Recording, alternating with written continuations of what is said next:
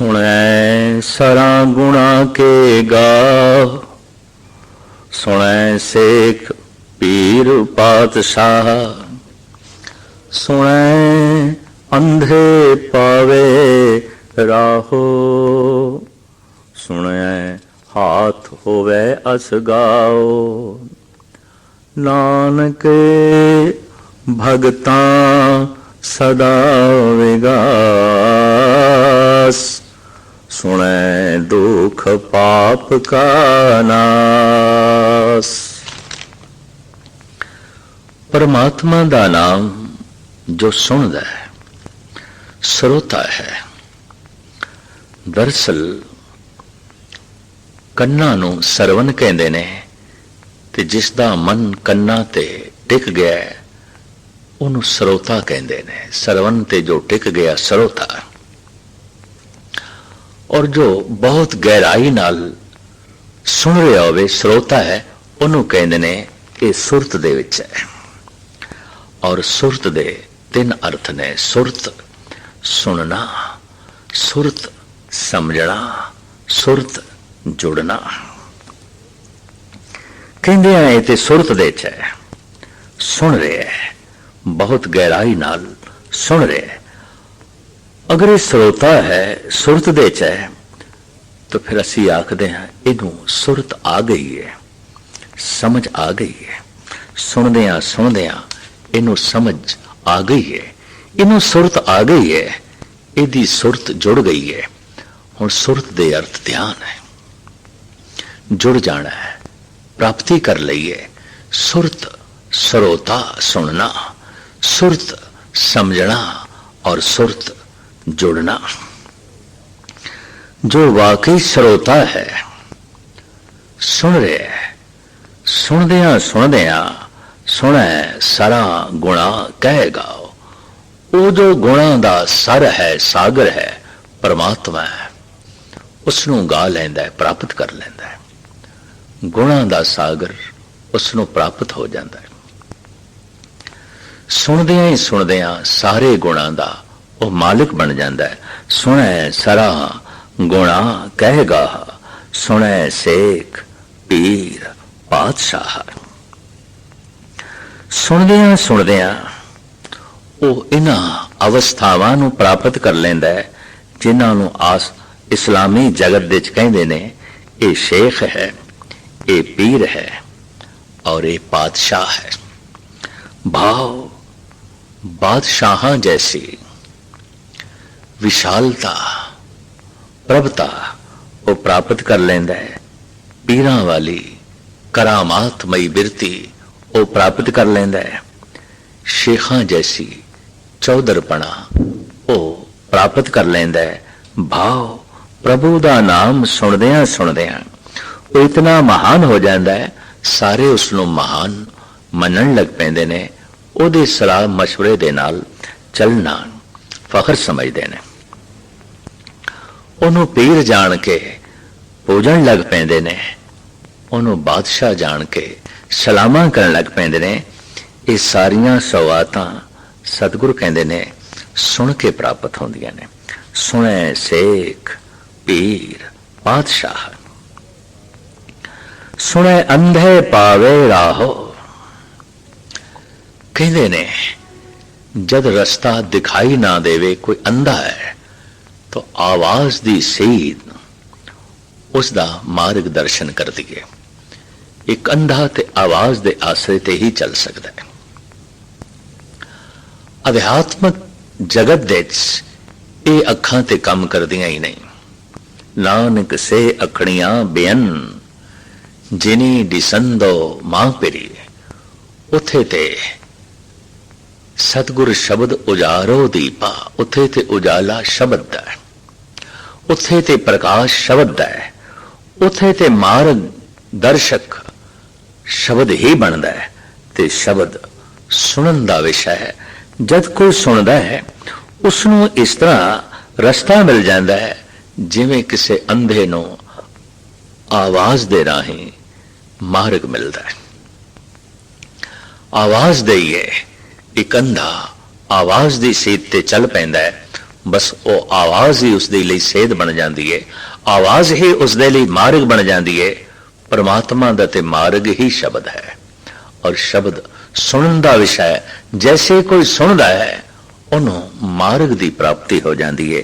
ਸਾਹਿਬ ਕਹਿੰਦੇ ਨੇ ਸੁਣੇ ਅੰਧੇ ਪਾਵੇ ਰਾਹੋ, ਸੁਣੇ ਹਾਥ ਹੋਵੇ ਅਸਗਾਹੋ। ਪ੍ਰਭੂ ਦਾ ਨਾਮ ਸੁਣਦਿਆਂ ਸੁਣਦਿਆਂ ਇਹ ਸੰਸਾਰ ਜੋ ਅਸਗਾਹ ਹੈ, ਜਿਹਦਾ ਪਾਰ ਪਾਣਾ ਬੜਾ ਔਖਾ ਹੈ, ਉਹ ਤੇ ਇੱਕ ਹੱਥ ਜਿਤਨਾ ਹੋ ਜਾਂਦਾ ਹੈ। ਉਹਨੂੰ ਪਾਰ ਕਰਨਾ ਆਸਾਨ ਹੋ ਜਾਂਦਾ ਹੈ। ਦਰਅਸਲ ਸੰਸਾਰ ਨੂੰ ਸਾਗਰ ਨਾਲ ਇਸ ਵਾਸਤੇ ਤਸ਼ਬੀਹ ਦਿੱਤੀ ਹੈ, ਜਿੱਥੇ ਸੰਸਾਰ ਵਿੱਚ ਪਦਾਰਥ ਨੇ, ਸਾਗਰ ਵਿੱਚ ਪਾਣੀ ਹੀ ਪਾਣੀ ਹੈ। ਸਾਗਰ ਦਾ ਪਾਣੀ ਨਹੀਂ ਨਾਪਿਆ ਤੋਲਿਆ ਜਾ ਸਕਦਾ, ਸੰਸਾਰ ਦੇ ਪਦਾਰਥ ਨਹੀਂ ਨਾਪੇ ਤੋਲੇ ਜਾ ਸਕਦੇ। ਡੁੱਬ ਜਾਂਦੀਆਂ ਨੇ ਕਿਸ਼ਤੀਆਂ ਸਾਗਰ ਦੇ ਪਾਣੀ ਵਿੱਚ, ਡੁੱਬ ਜਾਂਦੇ ਨੇ ਮਨੁੱਖ ਸੰਸਾਰ ਦੇ ਪਦਾਰਥਾਂ ਵਿੱਚ। ਪਰ ਪਾਣੀ ਦੇ ਡੁੱਬਦੀਆਂ ਨੇ ਕਿਸ਼ਤੀਆਂ ਕਦੀ ਕਦਾਈ ਕੋਈ ਕਿਸ਼ਤੀ ਡੁੱਬਦੀ ਹੈ, ਪਰ ਸੰਸਾਰ ਦੇ ਪਦਾਰਥਾਂ ਦੇ ਤੇ ਕਰੀਬਨ ਸਾਰੇ ਡੁੱਬ ਜਾਂਦੇ ਨੇ। ਹਮ ਦੇ ਖਾਂ ਤੈਂ ਡੁੱਬੇ ਵਾਲੇ ਕੋਈ ਵਿਰਲਾ ਹੀ ਜੋ ਹੈ ਪਾਰ ਹੁੰਦਾ ਹੈ। ਕੌਣ ਪਾਰ ਹੁੰਦਾ ਹੈ? ਜੋ ਪ੍ਰਮਾਤਮਾ ਦਾ ਨਾਮ ਸੁਣਦਾ ਹੈ। ਸੁਣਦਿਆਂ ਉਹ ਇਤਨਾ ਸ਼ਕਤੀਸ਼ਾਲੀ ਹੋ ਜਾਂਦਾ ਹੈ ਕਿ ਉਹਨੂੰ ਇਹ ਸੰਸਾਰ ਸਿਰਫ ਇੱਕ ਹੱਥ ਜਿਤਨਾ ਭਾਵ ਸੰਸਾਰ ਨੂੰ ਪਾਰ ਕਰਨਾ ਬੜਾ ਆਸਾਨ ਹੋ ਜਾਂਦਾ ਹੈ। ਔਰ ਇਸ ਦਾ ਫਿਰ ਇਹ ਭਾਵ ਕਿ ਉਹਨੂੰ ਸੰਸਾਰ ਵਿੱਚ ਰਹਿਣ ਦੀ ਜਾਂਚ ਆ ਜਾਂਦੀ ਹੈ। ਬਹੁਤ ਸਾਰੇ ਮਨੁੱਖ ਸੰਸਾਰ ਵਿੱਚ ਰਹਿੰਦੇ ਨੇ, ਜਾਂਚ ਨਹੀਂ ਆਈ ਪਰਿਵਾਰ ਵਿੱਚ ਕਿਸ ਤਰ੍ਹਾਂ ਰਹਿਣਾ ਹੈ, ਸੰਸਾਰ ਵਿੱਚ ਕਿਸ ਤਰ੍ਹਾਂ ਰਹਿਣਾ ਹੈ। ਕਿਸੇ ਦੇ ਨਾਲ ਮਿਲਵਰਤਨ ਦਾ ਢੰਗ ਹੀ ਨਹੀਂ ਆਇਆ। ਭਰਾ ਦੇ ਨਾਲ ਕਿਸ ਤਰ੍ਹਾਂ ਮਿਲਣਾ ਹੈ, ਮਾਂ ਬਾਪ ਨਾਲ ਕਿਸ ਤਰ੍ਹਾਂ ਮਿਲਣਾ ਹੈ, ਪਤਨੀ ਨਾਲ ਕੀ ਵਿਵਹਾਰ ਚਾਹੀਦਾ ਹੈ, ਬੱਚਿਆਂ ਨਾਲ ਕੀ ਵਿਵਹਾਰ ਚਾਹੀਦਾ ਹੈ, ਦੋਸਤਾਂ ਨਾਲ ਕਿਵੇਂ ਪੇਸ਼ ਆਉਣਾ ਹੈ, ਪੜੋਸੀਆਂ ਨਾਲ ਕਿਵੇਂ ਜੁੜਨਾ ਹੈ, ਪਦਾਰਥਾਂ ਦੀ ਵਰਤੋਂ ਕਿਵੇਂ ਕਰਨੀ ਹੈ, ਧਨ ਦਾ ਇਸਤੇਮਾਲ ਕਿਸ ਤਰ੍ਹਾਂ ਕਰਨਾ ਹੈ। ਇਸ ਸਭ ਕੁਝ ਦੀ ਜਾਂਚ ਉਸ ਭਗਤ ਨੂੰ ਆ ਜਾਂਦੀ ਹੈ ਜੋ ਪ੍ਰਮਾਤਮਾ ਦਾ ਨਾਮ ਸੁਣਦਾ ਹੈ। ਉਹਨੂੰ ਸੰਸਾਰ ਵਿੱਚ ਰਹਿਣ ਦੀ ਜਾਂਚ ਆ ਗਈ, ਤੇ ਜਿਹਨੂੰ ਸੰਸਾਰ ਵਿੱਚ ਰਹਿਣ ਦੀ ਜਾਂਚ ਆ ਜਾਏ ਉਹਨੂੰ ਸੰਸਾਰ ਡੋਬਦਾ ਨਹੀਂ। ਉਹਨੂੰ ਤੇ ਪਾਣੀ ਵਿੱਚ ਰਹਿਣ ਦੀ ਜਾਂਚ ਇਸ ਤਰ੍ਹਾਂ ਆ ਗਈ ਹੈ ਜੈਸੇ ਕਿ ਕਮਲ ਦਾ ਫੁੱਲ, ਜਿਤਨਾ ਪਾਣੀ ਵੱਧਦਾ ਹੈ ਉਤਨਾ ਹੀ ਉੱਪਰ ਉੱਠਦਾ ਹੈ, ਡੁੱਬਦਾ ਨਹੀਂ ਹੈ। ਜਿਤਨੀ ਘਰ ਦੇ ਵਿੱਚ ਧਨ ਸੰਪਦਾ ਵੱਧਦੀ ਹੈ ਉਤਨੀ ਉਸਦੀ ਸੁਰਤ ਉੱਚੀ ਹੁੰਦੀ ਹੈ, ਉਤਨਾ ਹੀ ਉਸਦਾ ਗਿਆਨ ਮਹਾਨ ਹੁੰਦਾ ਹੈ। ਉਹ ਡੁੱਬਦਾ ਨਹੀਂ ਹੈ, ਉਹ ਗਰਕ ਨਹੀਂ ਹੁੰਦਾ। तो साहिब कहते ने सुने सारा गुणा कहेगा। पता नहीं संसार सागर ने अज तक कितनिया दी जिंदगी नूं डोबे, कितनिया ही बेड़ियां इस दिश गर्क हो गईयां, डुब हो गईयां। कदी कदाई कोई इक्कत पारले कंडे ते लगदी है। संसार विच रहण दा ढंग गुरु नानक सानू इस तरह दसदे ने, जैसे जल में कमल निरालम मुर्गा आई ने साणे, शब्द सुरत भव सागर तरिए, नानक नाम वखाणे, रहे एकांते को मन वसया, आसा माहे निरासो, अगम अगोचर देख दिखाए, नानक ताका दासो। मुर्गा भी पानी विच डुबते जांदी है, भिजदी नहीं, फिर उपर आ जाती है। इस तरह उपजीविका दा मारिया होया मनुख कई दफा संसार विच बहुत गहरा चला जाता है और इंज लगता है जैसे डुब गया, पर नहीं, एकदम उपर आ जाता है। वो भिजदा नहीं, वो भारू नहीं होंदा, उन्होंने जांच आ जाती है। परमात्मा दा नाम सुनदियां सुनदियां उन्होंने संसार सागर विच रहण दी जांच आ गई, परिवार विच रहण दी जांच आ गई, पदार्थां विच रहण दी जांच आ गई, धन संपदा विच रहण दी जांच आ गई। जैसे कि राजे जनक नूं आ गई, धन विच किवें रहना है, राज सिंघासन ते किवें बैठना है, परिवार विच किवें रहना है, जगत विच किवें रहना है। ये जनक नूं जांच आ गई है, ये कबीर नूं जांच आ गई है।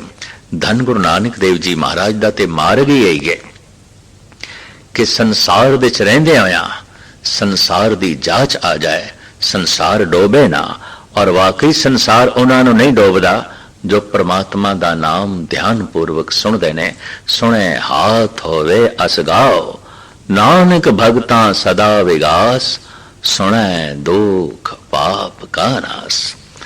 ਭਗਤਾਂ ਦੇ ਮਨ ਵਿੱਚ ਸਦੀਵੀ ਖੇੜਾ ਬਣਿਆ ਰਹਿੰਦਾ ਹੈ, ਹਰ ਵਕਤ ਖੁਸ਼ੀ ਬਣੀ ਰਹਿੰਦੀ ਹੈ। ਕਿਉਂ? ਉਹਨਾਂ ਦੇ ਸਾਰੇ ਦੁੱਖ ਨਾਸ ਹੋ ਜਾਂਦੇ ਨੇ। ਦੁੱਖ ਕਿਉਂ ਮਿਟ ਜਾਂਦੇ ਨੇ? ਉਹਨਾਂ ਦੇ ਸਾਰੇ ਪਾਪ ਮਿਟ ਜਾਂਦੇ ਨੇ। ਸਾਰੇ ਪਾਪ ਕਿਸ ਤਰ੍ਹਾਂ ਮਿਟ ਗਏ? ਉਹ ਪ੍ਰਭੂ ਦਾ ਨਾਮ ਸੁਣਦੇ ਨੇ। ਨਾਮ ਸੁਣਦਿਆਂ ਸੁਣਦਿਆਂ ਨਾਮ ਦੀ ਸੋਚਣੀ ਹੋ ਜਾਂਦੀ ਹੈ, ਨਾਮ ਦੇ ਵਿਚਾਰ ਹੋ ਜਾਂਦੇ ਨੇ, ਨਾਮ ਦਾ ਚਿੰਤਨ ਹੋ ਜਾਂਦਾ ਹੈ, ਜਿਸ ਨਾਲ ਦੁੱਖ ਮਿਟ ਜਾਂਦੇ ਨੇ, ਸੰਤਾਪ ਮਿਟ ਜਾਂਦੇ ਨੇ, ਪਾਪ ਮਿਟ ਜਾਂਦੇ ਨੇ। ਇੱਕੋ ਹੀ ਵਿਸ਼ੇ ਦੇ ਉੱਤੇ ਗੁਰੂ ਨਾਨਕ ਦੀਆਂ ਇਹ 4 ਪੌੜੀਆਂ, ਨਾਨਕ ਭਗਤਾਂ ਸਦਾ ਵਿਗਾਸ, ਸੁਣੈ ਦੁਖ ਪਾਪ ਕਾ ਨਾਸ। ਬਾਰ-ਬਾਰ ਇਸ ਪੌੜੀ ਨੂੰ ਗੁਰੂ ਨਾਨਕ ਨੇ ਰਿਪੀਟ ਕੀਤਾ ਹੈ। ਲੱਗਦਾ ਹੈ ਧਾਰਮਿਕ ਜਗਤ ਵਿੱਚ ਇਹ ਅਹਿਮ ਹੈ। ਵੈਸੇ ਤੇ ਜਪਜੀ ਸਾਹਿਬ ਦੇ ਅੰਦਰ ਕੁਝ ਮਜ਼ਮੂਨ ਐਸੇ ਨੇ ਜੋ 4-4 ਪੌੜੀਆਂ 'ਚ ਗੁਰੂ ਨਾਨਕ ਨੇ ਵਰਣਨ ਕੀਤੇ ਨੇ। ਸੁਣੀਏ ਦੀ 4 ਪੌੜੀਆਂ, ਮੰਨੀਏ ਦੀ 4 ਪੌੜੀਆਂ ਤੇ ਕੁਦਰਤੀ ਵਿਚਾਰ ਦੀਆਂ 4 ਪੌੜੀਆਂ। ਕੁਦਰਤ ਕੌਣ ਕਹਾ ਵਿਚਾਰ, ਵਾਰੇ ਨਾ ਜਾਵਾਂ ਏਕ ਵਾਰ, ਜੋ ਤੁਧ ਭਾਵੇ ਸਾਈ ਬਲਿਕਾਰ, ਤੂੰ ਸਦਾ ਸਲਾਮਤ ਨਿਰੰਕਾਰ। ਔਰ ਇਸ ਤੋਂ ਇਲਾਵਾ 4 ਪੌੜੀਆਂ, ਆਦੇਸ਼ ਤਿਸੇ ਆਦੇਸ਼, ਆਦ ਅਨੀਲ ਅਨਾਦ ਅਨਾਹਦ, ਜੁਗ ਜੁਗ ਏਕੋ ਵੇਸ। ਇਹ ਮਜ਼ਮੂਨ ਗੁਰੂ ਨਾਨਕ ਲਈ ਇਤਨੇ ਲਾਜ਼ਮੀ ਸਨ। ਵੱਖ-ਵੱਖ ਢੰਗ ਨਾਲ ਅਲੱਗ-ਅਲੱਗ ਪੌੜੀਆਂ ਦੇ ਰਾਹੀਂ ਜਗਤ ਗੁਰੂ ਬਾਬਾ ਸਾਨੂੰ ਸਮਝਾ ਰਹੇ ਨੇ, ਦੱਸ ਰਹੇ ਨੇ। ਔਰ ਸੁਣੀਏ ਤੋਂ ਇਹ 4 ਪੌੜੀਆਂ ਸਤਿਗੁਰ ਆਰੰਭ ਕਰਦੇ ਨੇ ਇੱਕੋ ਹੀ ਵਿਸ਼ੇ ਦੀ, ਕਿਉਂਕਿ ਗੁਰਮਤ ਦੇ ਵਿੱਚ ਗੁਰੂ ਸ਼ਬਦ ਹੈ, ਜਾਂ ਗੁਰਮਤ ਵਿੱਚ ਹੀ ਕਿਉਂ, ਗੁਰੂ ਹੀ ਸ਼ਬਦ ਹੈ। ਅੱਜ ਤੱਕ ਜੋ ਕੁਝ ਵੀ ਗਿਆਨ ਮਨੁੱਖ ਨੂੰ ਪ੍ਰਾਪਤ ਹੁੰਦਾ ਹੈ, ਸੁਣ ਕੇ ਹੀ ਪ੍ਰਾਪਤ ਹੁੰਦਾ ਹੈ। ਅਗਰ ਕੁਝ ਸੁਣੇ ਹੀ ਨਾ ਤਾਂ ਫਿਰ ਇਸ ਨੂੰ ਕੁਝ ਪ੍ਰਾਪਤ ਨਹੀਂ ਹੁੰਦਾ। ਵੇਖਣ ਨਾਲ ਗੱਲ ਨਹੀਂ ਬਣਦੀ। ਵੇਖਦੇ ਤੇ ਰਾਮ ਨੂੰ ਕਈ ਪਏ ਸਨ, ਕਈ ਨੇ ਵੀ ਵੇਖਿਆ, ਮੰਥਰਾ ਨੇ ਵੀ ਵੇਖਿਆ, ਲੇਕਿਨ ਉਹਨਾਂ ਨੇ ਤੇ ਬਨਵਾਸ ਦਿੱਤਾ। ਕੰਸ ਵੀ ਕ੍ਰਿਸ਼ਨ ਨੂੰ ਵੇਖ ਰਿਹਾ ਸੀ, ਉਹ ਤੇ ਮਾਰਨਾ ਚਾਹੁੰਦਾ ਹੈ। ਜਰਾਸੰਧ ਵੀ ਕ੍ਰਿਸ਼ਨ ਨੂੰ ਵੇਖ ਰਿਹਾ ਸੀ, ਉਹ ਤੇ ਮਾਰਨਾ ਚਾਹੁੰਦਾ ਹੈ। ਵੇਖਣ ਵਾਲਿਆਂ ਨੇ ਗੁਰੂ ਨਾਨਕ ਨੂੰ ਭੂਤਨਾ ਬੇਤਾਲਾ ਆਖਿਆ। ਵੇਖਣ ਵਾਲਿਆਂ ਨੇ ਗੁਰੂ ਅਰਜਨ ਦੇਵ ਜੀ ਨੂੰ ਤੱਤੀ ਤਵੀ ਤੇ ਬਿਠਾ ਦਿੱਤਾ। ਵੇਖਣ ਵਾਲਿਆਂ ਨੇ ਧੰਨ ਗੁਰੂ ਤੇਗ ਬਹਾਦਰ ਸਾਹਿਬ ਜੀ ਨਾਲ ਇਨਸਾਫ ਨਹੀਂ ਕੀਤਾ ਔਰ ਗੁਰੂ ਗੋਬਿੰਦ ਸਿੰਘ ਜੀ ਮਹਾਰਾਜ ਨਾਲ ਵੈਰ ਕਮਾਉਂਦੇ ਰਹੇ। ਵੇਖਣ ਵਾਲਿਆਂ ਨੇ ਗੁਰੂ ਗ੍ਰੰਥ ਸਾਹਿਬ ਦਾ ਵੀ ਸਤਿਕਾਰ ਨਹੀਂ ਕੀਤਾ। ਗੁਰੂ ਸ਼ਬਦ ਹੈ ਔਰ ਸ਼ਬਦ ਸੁਣਨ ਦਾ ਵਿਸ਼ਾ ਹੈ, ਤੇ ਜੇ ਕਿਧਰੇ ਸੁਣਨ ਦੀ ਜਾਂਚ ਆ ਜਾਏ ਤਾਂ ਮਨੁੱਖ ਇੱਕ ਇੱਕ ਸ਼ਬਦ ਤੋਂ ਸਦਕੇ ਜਾਂਦਾ ਹੈ, ਫਿਦਾ ਜਾਂਦਾ ਹੈ, ਕੁਰਬਾਨ ਜਾਂਦਾ ਹੈ। ਸਤਿਗੁਰ ਨੂੰ ਸਭ ਕੋ ਵੇਖਦਾ, ਜੇਤਾ ਜਗਤ ਸੰਸਾਰ, ਡਿਠਿਆ ਮੁਕਤ ਨਾ ਹੋਵੇ ਜਿਚਰ ਸ਼ਬਦ ਨਾ ਕਰੇ ਵਿਚਾਰ। ਸ਼ਬਦ ਨੂੰ ਸੁਣਦੇ ਹਾਂ ਔਰ ਸ਼ਬਦ ਦੀ ਵਿਚਾਰ ਦੇ ਆਉਂਦੇ ਹਾਂ, ਦੁੱਖ ਭਰੇ ਵਿਚਾਰ, ਪਾਪ ਭਰੇ ਵਿਚਾਰ ਅੰਦਰੋਂ ਨਾਸ ਹੋ ਜਾਂਦੇ ਨੇ ਔਰ ਪਰਮ ਸੁਖ ਦੀ ਪ੍ਰਾਪਤੀ ਹੋ ਜਾਂਦੀ।